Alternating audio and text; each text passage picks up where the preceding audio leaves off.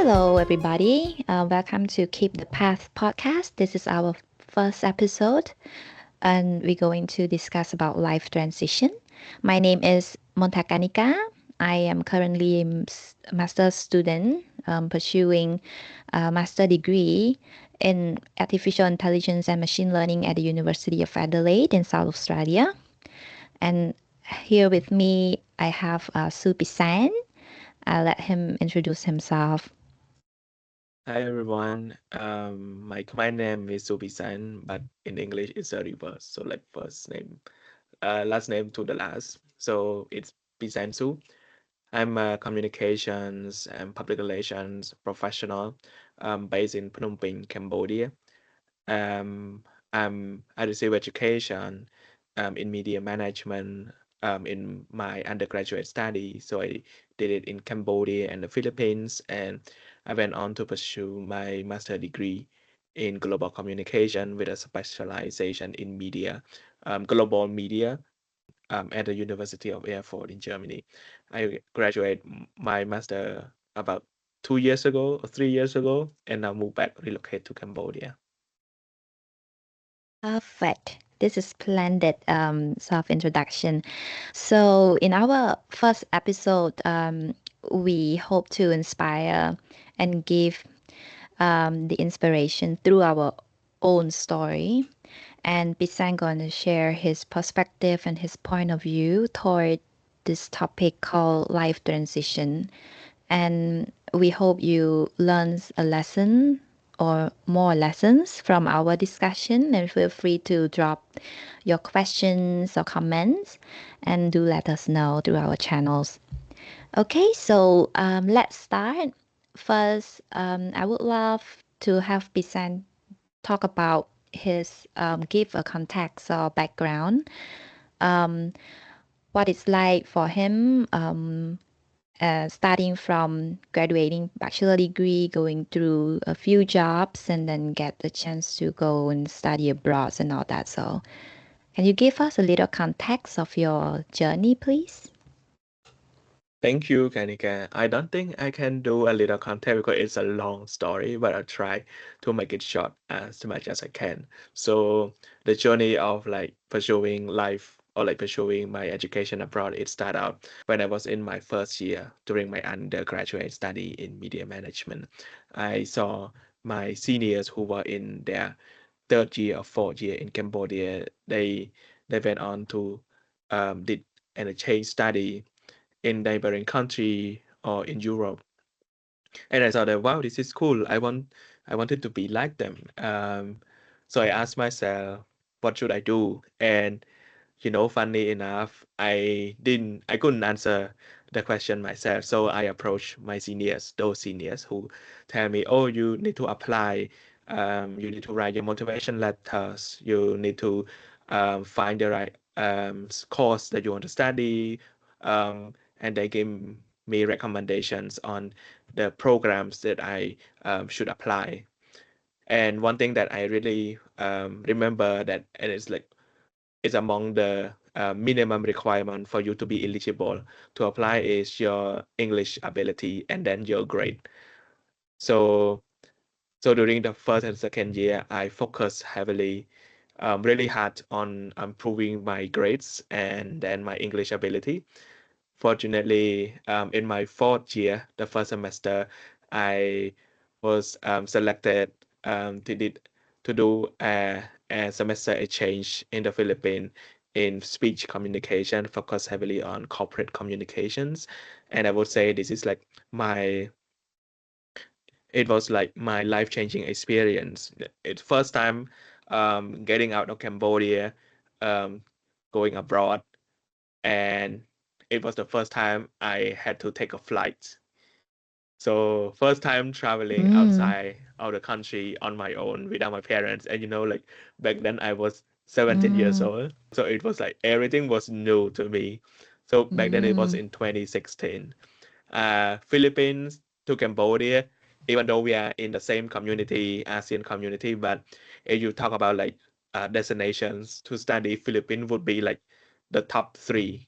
among Mm. Cambodian, students' mind when they come to study abroad. They would go to Singapore or other Mm. countries, neighboring our countries. Um, Mm. so yeah, and there was no direct flight, so you had to lay over. Mm. So in my case, I lay over in Singapore for about 12 hours. And then I had to take a flight to Manila, Manila to Davao City. So it's like three connecting flights in total. After 20 hours, I landed in Davao City. It was like Mm. one of the safest city in the Philippines with beautiful scenery. And during my semester there, I had made a lot of memories. One of them, like I still have friends who I still in contact with from time to time there. Of course it came with challenges, it came with Mm. obstacles, because you had to meet new people, Mm. even though you can speak English, but the English that you understand and the English that they understand, you understand things differently. So a lot of like patience to try to understand each other, because we are built differently, we come from different background. And then I came back to Cambodia, conclude my study, and then I got my first job in public relations. So that's all thanks to like the life changing journey that I did it during my undergraduate study. But then I realized that okay, I still want to study more, because now I have seen the world more than Mm. just like graduate and get a job. But it's Mm. with after the Philippines, it's more like enriching my understanding of different culture. And Mm. even during my time in the Philippines, I learned their dialect, um, Mm. their language, Bisaya. So I Mm. feel like okay, it was like my third language back then, even though not so much of like fluency, but I can talk to the tricycle driver, the motor Mm. driver to take me to the locations that I want to. Mm. So I feel like okay, I want to study more. I want to learn Mm. new culture. I want to situate myself in these uncomfort zones, because it's it Mm. give me something that the identity, the feeling that I I had never have it Mm. before, and I feel like I can do more. I want to learn more about the new culture, so I try to look for opportunities to go abroad. And I was lucky that my professor Mm. um, in the university, he asked me, "Hey, Bisan, are you planning to go for a master degree?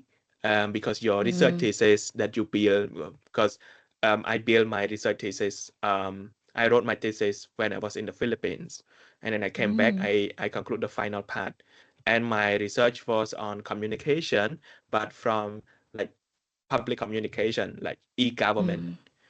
Mm. How the government, how Cambodian government can leverage social media as a way to like respond and interact with the citizens.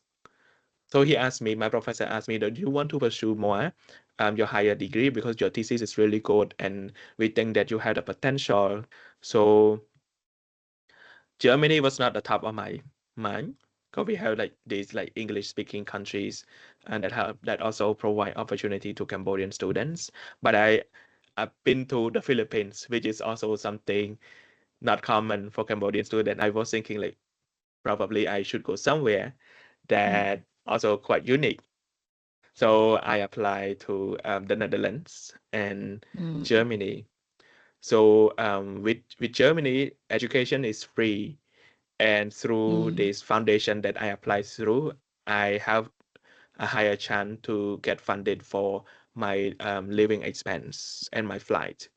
Mm. However, with the Netherlands, it's more like I got a scholarship on the tuition, so Mm. which means I need to cover my own living expense. So you choose the most practical, and to me it was like the smartest choice and the best decision that I made, which I decide to pursue my master degree through funded by the German Foundation to Germany, and to this like major in global communication that not a lot of people know of in Cambodia, and I don't even know how to translate it in Khmer.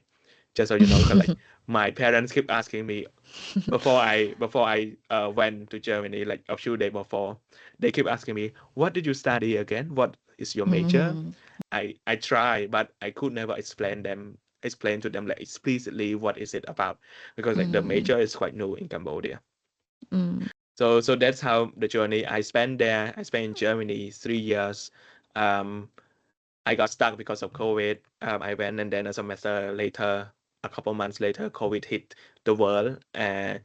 Germany also got hit by that, so I was put in lockdown, and education got obstructed. The German government decided to prolong the study period from 2 years to 4 years for master study. Mm. Eventually, it took me 3 years to complete, and during that time, I picked up the German language. Uh, Mm-hmm.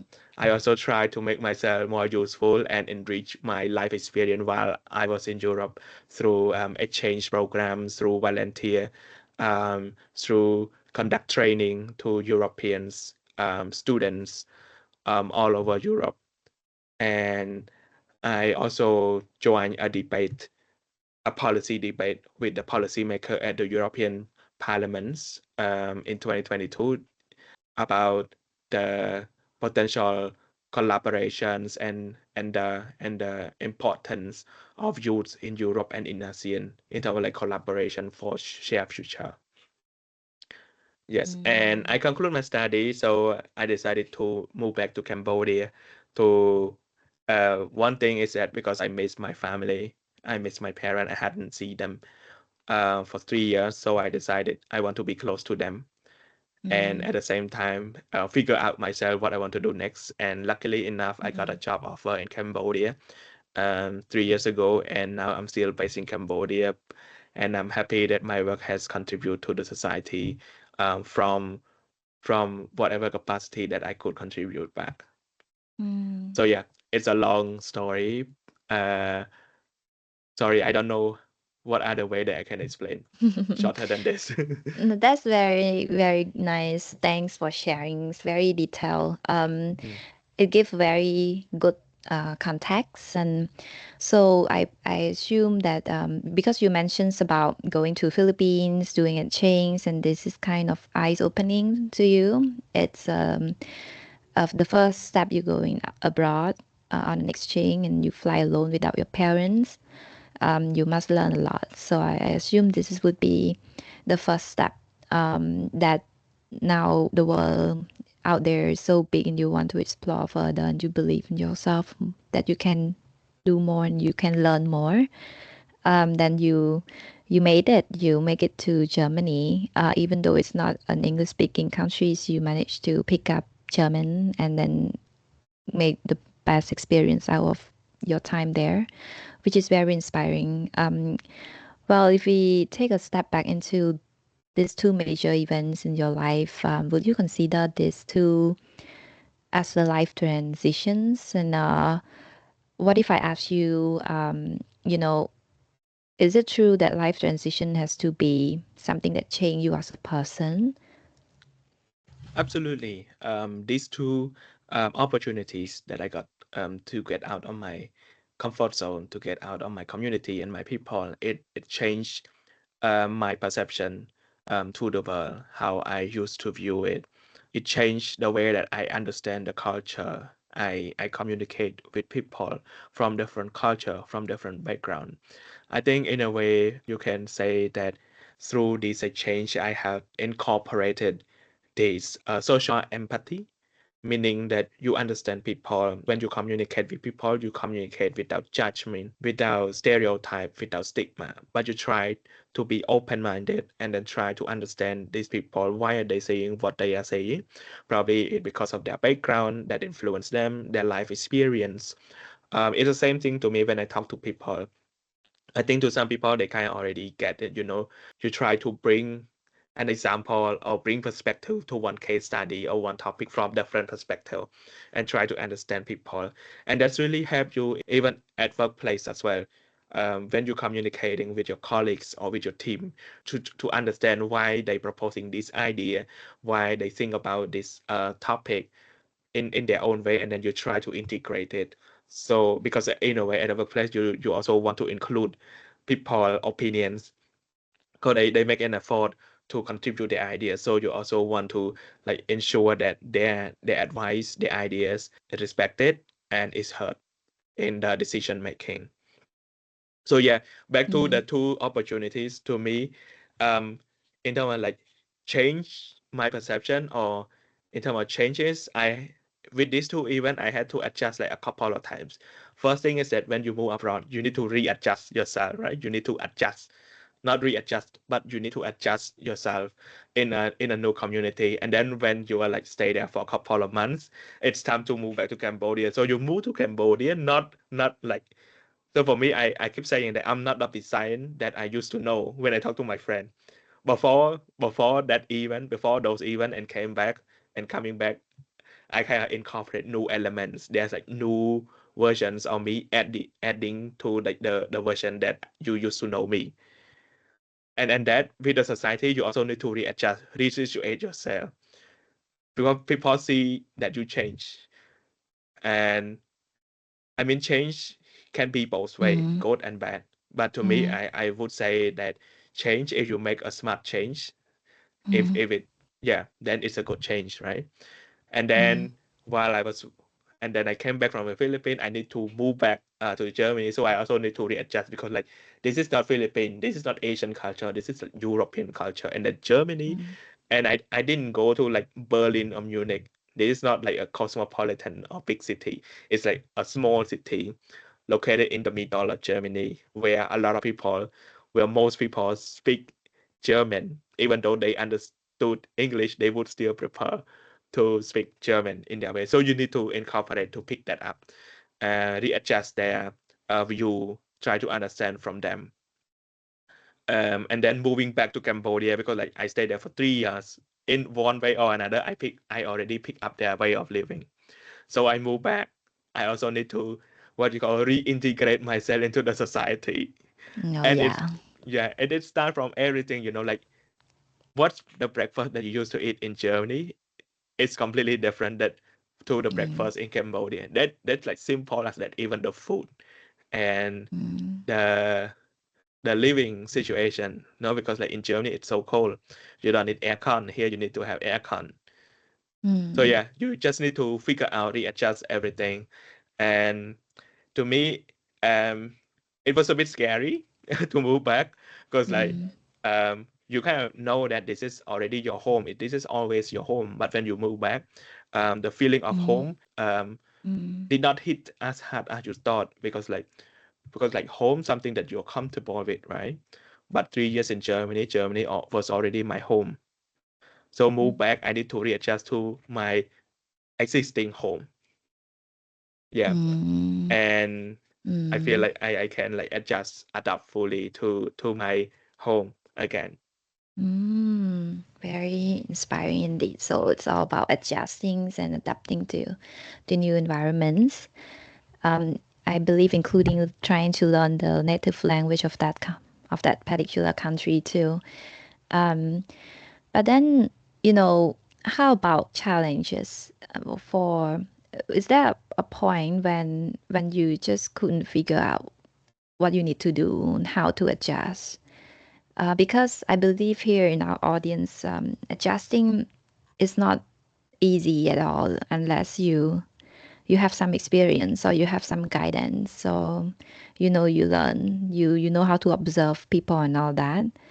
Otherwise, how can we do it? So again, back to question is there some point when you living, let's say in Germany, where that you didn't know how to adjust to a certain situation?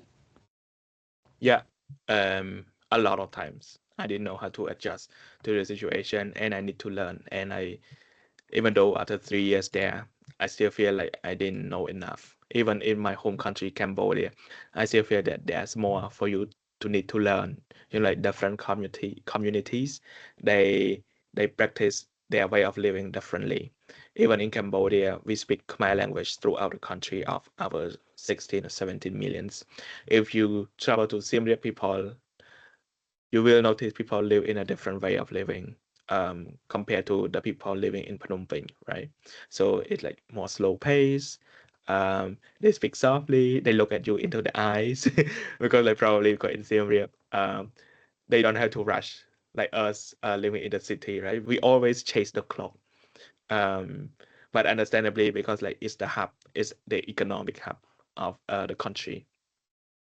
So back then, a lot of times that I didn't know what was I doing in Germany. There was sometimes like, why did I pick this country? Why did I move abroad? Um, because like when you face challenges, and it can be as simple as like you try to open a bank account, revalidate your card. It's just like a lot of things happening because like in Germany or in Europe, it's not really like a digitized society like in Cambodia, right? So in Cambodia, you can do everything through a mobile phone, through apps. There's like you need to visit the office. And with Germany, it's well known for bureaucracy. One person function one role only. If you go to a train station and you like, okay, I need to revalidate my card. If that person is a security guard, he would say he doesn't know. You need to go to the counter, but then the counter there is even separate, right? Counter like for what you call selling the ticket, counter for the complaint, counter for applying for a card, counter for revalidating a card. So it's just like a lot of counters. And then like one counter, one person, let's say, because like I live in a small city. So you need to figure out. And then they work in a different working hours too. So there was like Oh a lot of things wow. happening. And I was like, sometimes I ask Mm. like, why did I move to a different country? Because like it's so Mm. comfortable in my home, right? At home. Anyone you can need, just like a phone ring and then they can help you, they can assist you where to go. If you know, like people seem to know everywhere, everything they do. But Mm. one thing I figured out is that I got to have this kind of like friends that I happy friends in Germany. And when there's like, so in even in France, I had two groups, like the international friends and the local, the German friends. So I kind of like ask them if I don't know what should I do, what should I do next, because like some of them they might know, some of them might not know, but if they know, they would tell me so that I don't have to waste my time, like go back to the train station, like the card validation scenario.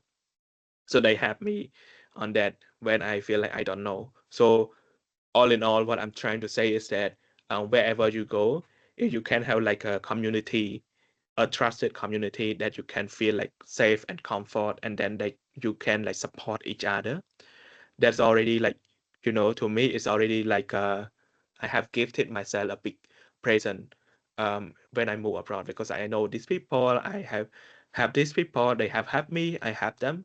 So this community is more like a supporting community, small circle that we can have each other, and I'm very very lucky. I think during the COVID lockdown for about 10 months, it was very hard because we were not allowed to see each other. But the thing is that it was not in your control. um it's the global pandemic, right? It's so way Mm. out of your control, so you just need to learn how to deal with it, how to see the situation from a different perspective, in a way like, okay, my life is not a screw, my life is not a mess up, but uh it's like, is there anything I can do in this situation, Mm. that to have my mental health and to have my friends should they need me.